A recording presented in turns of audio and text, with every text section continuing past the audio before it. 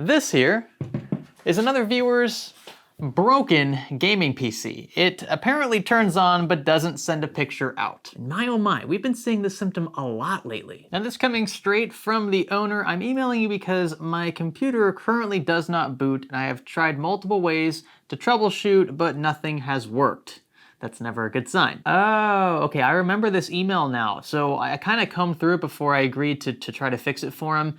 And I remember he switched from a Core i3-9100F to a Ryzen 5 5600X, which of course requires an entire platform swap. You gotta swap the motherboard and the CPU. And he said it was running just fine at first, but then something crashed and it's never worked since then.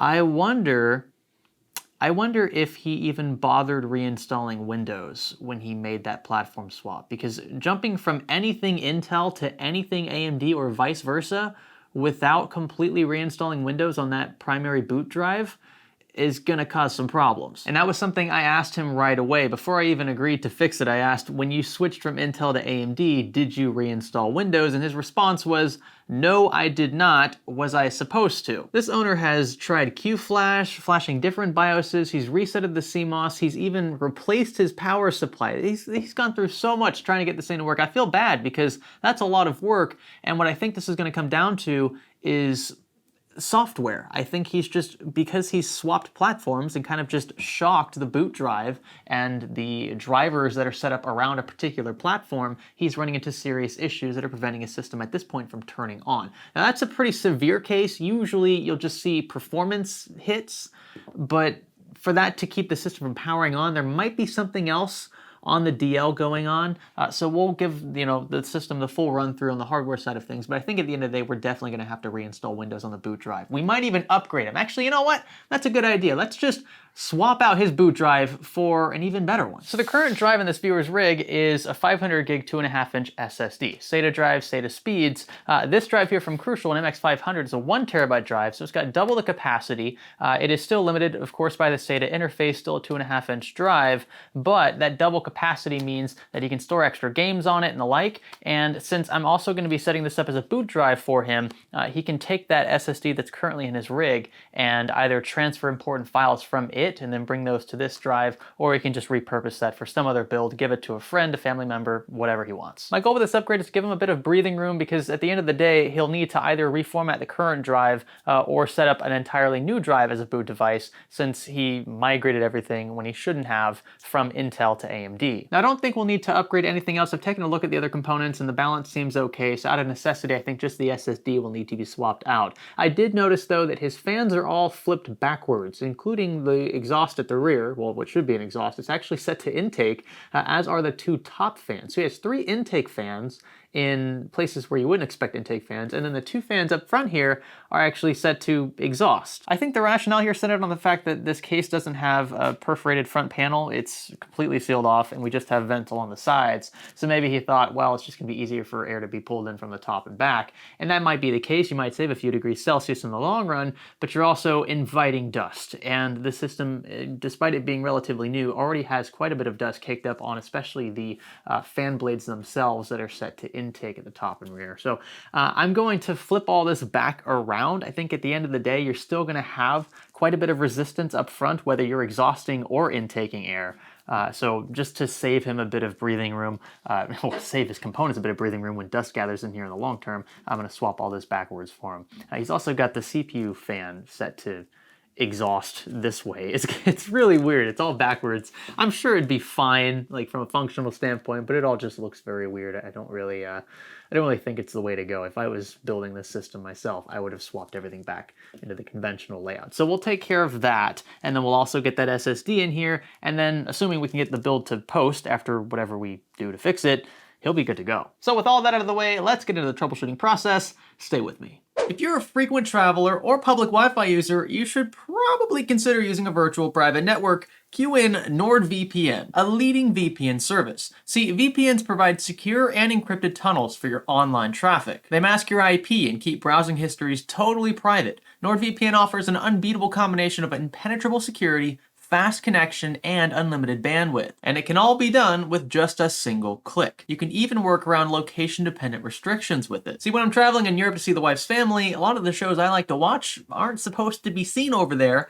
At least that's what the streaming services want you to think. But with NordVPN, one click means I can tunnel back through secure US servers, so to those streaming services, it's like I never even left. NordVPN has over 5,100 servers, in fact, in 60 countries, so you've plenty to choose from depending on the circumstance for either your phone, tablet, or PC. To get started today with a special Cyber Month deal offered for a limited time, visit nordvpn.com/Greg Salazar or click the link below, and you get a 2-year plan plus special gift at a huge discount. So for those who are new to the Fix or Flop playlist, the premise here is simple. The goal is to fix viewer systems in and around the Orlando, Florida area for free. We don't charge them a dime so long as they're okay with us taking in their systems for a few days and filming with them. I make money by monetizing these YouTube videos, and I don't feel like offloading any of that cost to the viewers who are already gracious enough to loan me their systems for a few days. And since we've already more or less addressed part of this week's problem, that being the transfer of an operating system from one platform to another, from Intel to AMD more specifically, which is a big no-no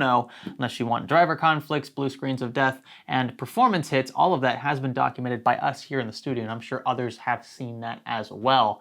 Apart from that, the other thing we need to fix is the more obvious issue, which is that apparently this thing doesn't post. So let's begin the troubleshooting process by attempting to replicate that issue, the issue described by the owner. If we don't get a post, but we get everything else powering on, well, at least we're on the same page as the viewer. So we've got the system connected to power. We've got the HDMI cable connected to our portable monitor. Let's flick the switch at the rear and attempt to power this bad boy on.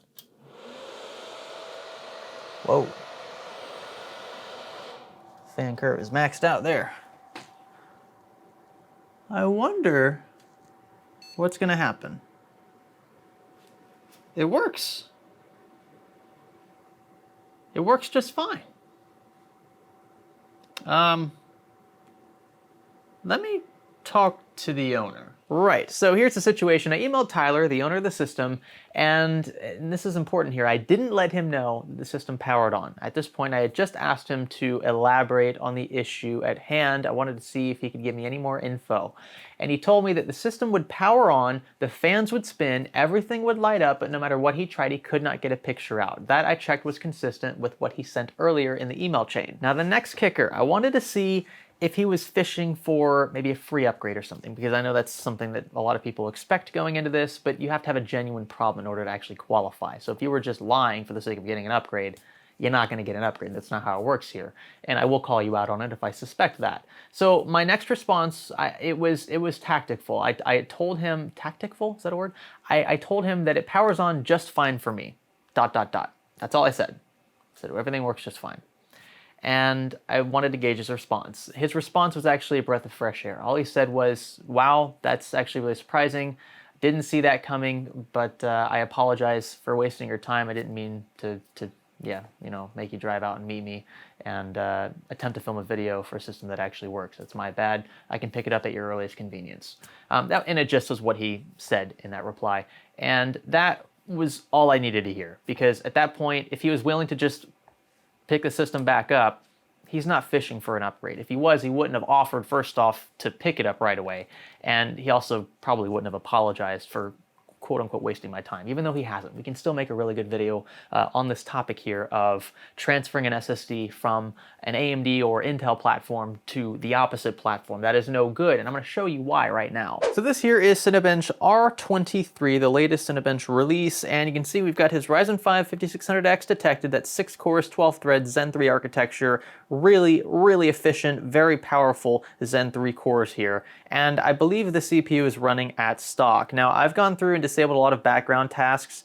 We've got a few things open still that I need to close, but I'm going to run the Cinebench test, just the multi-core test, because I don't really want to wait too long for the single core test to play itself out. And then we're going to reinstall Windows on, again, that newer Crucial SSD I showed you a bit earlier in this video, and we're going to see how this score changes. I expect that we'll see a pretty healthy bump in just this Cinebench score alone, and that's a result of, again, less conflicting drivers, just a cleaner install, not as much stuff that's kind of affecting the ability for the CPU to perform at its best. So here we go, we're going to run the multi-core test. We'll click the start button, and let's fast forward to the end. And as things wrap up here, you can see our score is 11,281. So I want you to keep this number in the back of your head. We'll show it obviously later. The only thing we're gonna do now is install Windows on a separate SSD that we connect to his build. We're gonna install Cinebench R23 on top of that. Remember, we disabled all kinds of background tasks and things, so there shouldn't be much of a delta there.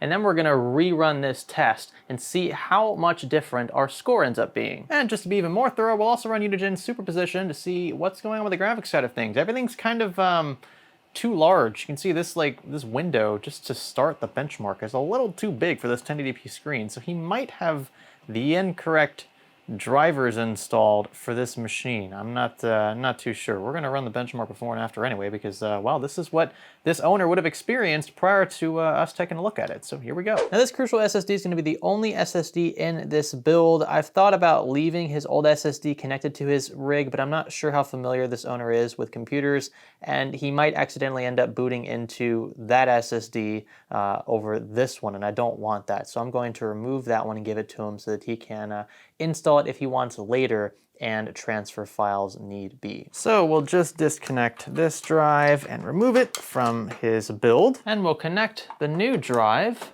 keeping everything else exactly the same. So we've got SATA power and then SATA data right here.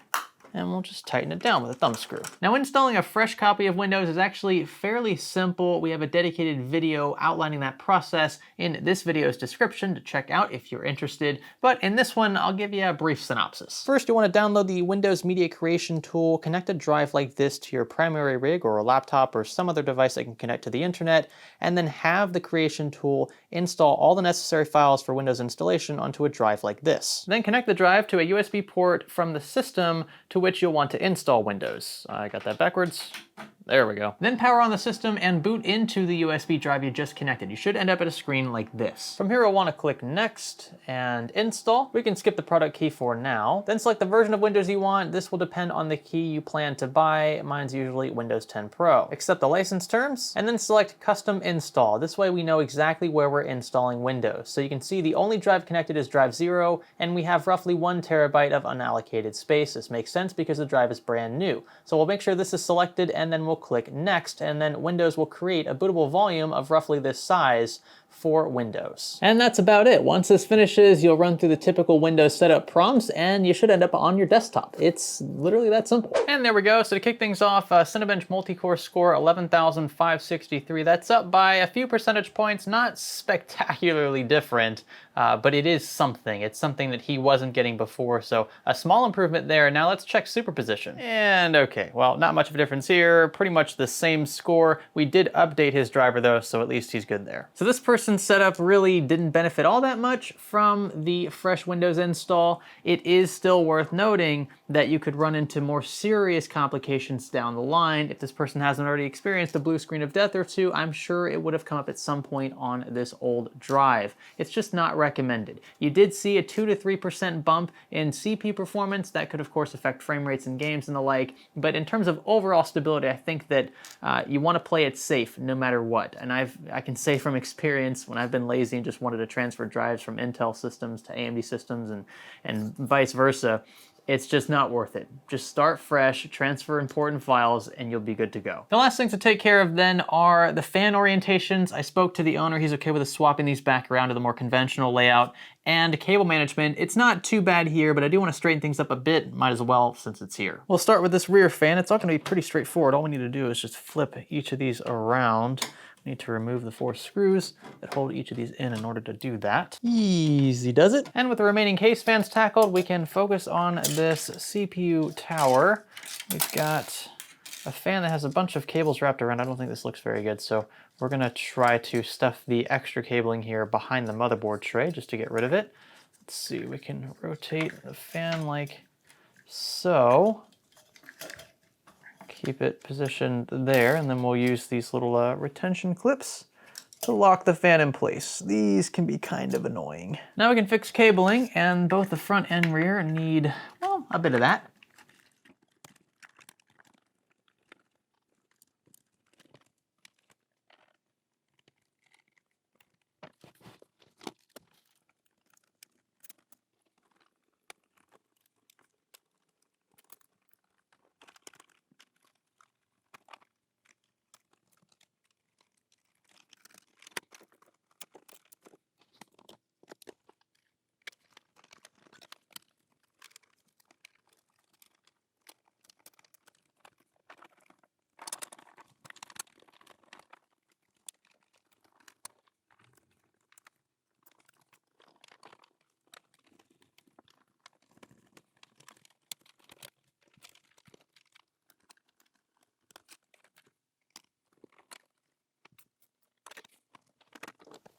And would you look at that? You know, I'd say she cleans up quite nicely. Just a few cable ties, or zip ties, and yeah, bit of finesse. Stuff some extra cables right in front of this power supply that we don't need, and looking very clean back here. Let's see from the front. Yeah, I mean, it's clean. We've got a few questionable, just, I don't know, places that cables more or less have to be routed. And tuck the speaker down in here. And yeah, I think the last thing we need to do is clean this one up a bit.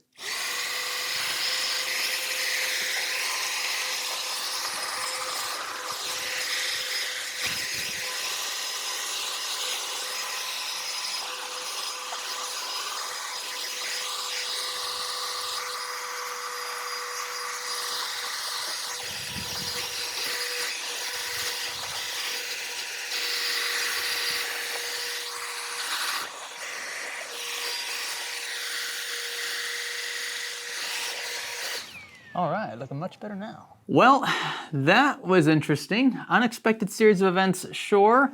I didn't expect the system to work right out of the gate when we brought it in, and I'm still stumped by that. So is the owner, I'm sure. I'm trying to think of what could have caused this, what maybe could have been fixed during transport from when I picked it up to when I brought it here and plugged it in for the first time. It's possible we might have had a loose DDR4 module. That could certainly cause the no post issue that the viewer was describing, and we've shown what that looks like in a previous fix or flop video. I highly doubt this issue was caused by miswiring of some sort. I don't see how that would fix itself in transport, and it's not like I drive like a lunatic, so things aren't being knocked around too much. And I have actually a pretty solid place to put these when I bring them back to the house and then bring them back to the owners after the fact. I kind of lay them slanted, like at a 45-degree angle in the frunk of my 911, and it just sits very sturdy there. It doesn't rock around or anything like that. That's the worst thing for a build, especially if you have an optical drive or a hard drive in your system. Having those platters or that laser get knocked around on those arms, it's just not good. So I always try to make sure that they are secured when I'm driving them to and from our meetup points. But with that, I mean, the build looks a lot cleaner now. We fixed the fan orientation issue, and we did mitigate potential disaster down the line by reinstalling Windows on a fresh 1 terabyte SSD, and yeah, potentially avoiding blue screens of death, loss in performance. We saw a bit of that here. It's just safe all around to reinstall Windows or reformat your boot drive when moving from Intel to AMD or AMD to Intel. Now you might be asking, well, Greg, what if I have an older AMD system like an AMD FX 8320E platform and I upgrade to Ryzen 5 or Ryzen 7? You should be in a better boat. I still recommend that you completely start fresh just in case. But that's certainly a better situation to be in than if you were going from any Intel generation to any AMD generation. The two just, they're mutually exclusive and should be treated as such. There are too many potential driver issues you could run into, software conflicts, even registry issues, things that could cause frequent blue screens of death down the line that, yeah, I always advise starting fresh. So if you guys enjoyed this one, be sure to let me know by giving this one a thumbs up. I would appreciate that. I unfortunately can't point to the solution of the no post issue, although again, I think DDR4 probably, that's probably it. I don't know what else it could be. Sorry, I got dust in my nose, probably from outside.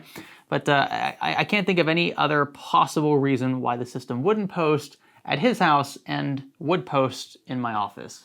That's just bizarre. But nonetheless, the system is working now, has a nice little upgrade, and we mitigated potential catastrophes by completely reinstalling Windows on a fresh new drive. And I've got his old drive I'm gonna give back to him, so if he wants to reinstall that and save some files, transfer those to the new operating system, he can. By the way, if you live in and around the Orlando, Florida area, maybe you're willing to drive to Orlando to have me look at your system and attempt to fix it for free, you can do so by sending an email to our help address. It's help@salazarstudios.org. That's a new email we're gonna use for all communications from viewers to our business going forward, so that if you want to enter for a PCDC cleaning or a fix or flop episode, and then we're actually expanding to a few other playlists as well, that email is the one you'll use. That's help@salazarstudios.org. If you're not local, we're going to ignore the email. We can't afford to deal with the liabilities associated with shipping. And well, the unreliabilities associated with shipping. Now, if you are not subscribed, yet watching this far into the video, I'm deeply confused by your methodology. I'll give you a few seconds to click the subscribe button. Just take care of it, I appreciate that. And leave a comment down below letting me know what you'd like to see next. My name is Greg, thanks for learning with me.